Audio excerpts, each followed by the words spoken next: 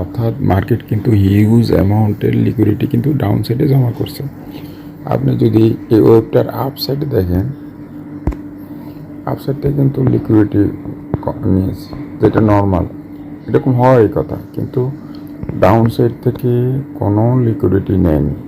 Means হলো huge buyer down সাইডে রয়েছে, হিউজ বায়ারের লিকুইডিটি কিন্তু ডাউন সাইডে রয়েছে। তো মার্কেট প্রবাবলি মানে এই লিকুইডিটিকে টার্গেট করে কিন্তু ডাউন সাইড মুভ করবে। তো এইখানে ডাউন সাইডে মুভ করার আগে মার্কেট কিন্তু অনেকগুলো ইনডিউসমেন্ট এর মধ্যে কিন্তু তৈরি করছে, হিউজ ইনডিউসমেন্ট। তো এটা S4 টাইম ফ্রেমের চার্ট, যেহেতু S4 টাইম ফ্রেমে কিন্তু ইনডিউসমেন্টগুলো অত ক্লিয়ার দেখা যায় না। ইনডিউসমেন্ট দেখতে গেলেই আপনাকে যেতে হবে 15 মিনিট অথবা 5 মিনিট চার্ট। এনিওয়ে আমি যতখানি দেখেছি, এই জন্য মার্কেট হিউজ ইনডিউসমেন্ট তৈরি করতেছে। ইভেন এখনও কিন্তু আপনি 5 মিনিটে দেখলে এই জায়গায় কিন্তু ইনডিউসমেন্ট তৈরি করতেছে।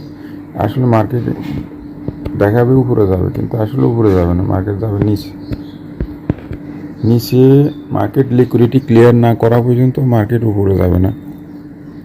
গোল্ড অবশ্যই লং টার্মে কিন্তু উপরেই যাবে, কিন্তু সাবজেক্ট হলো হিউজ লিকুইডিটি ডাউন সাইডে কিন্তু অ্যাকুমুলেশন হয়েছে।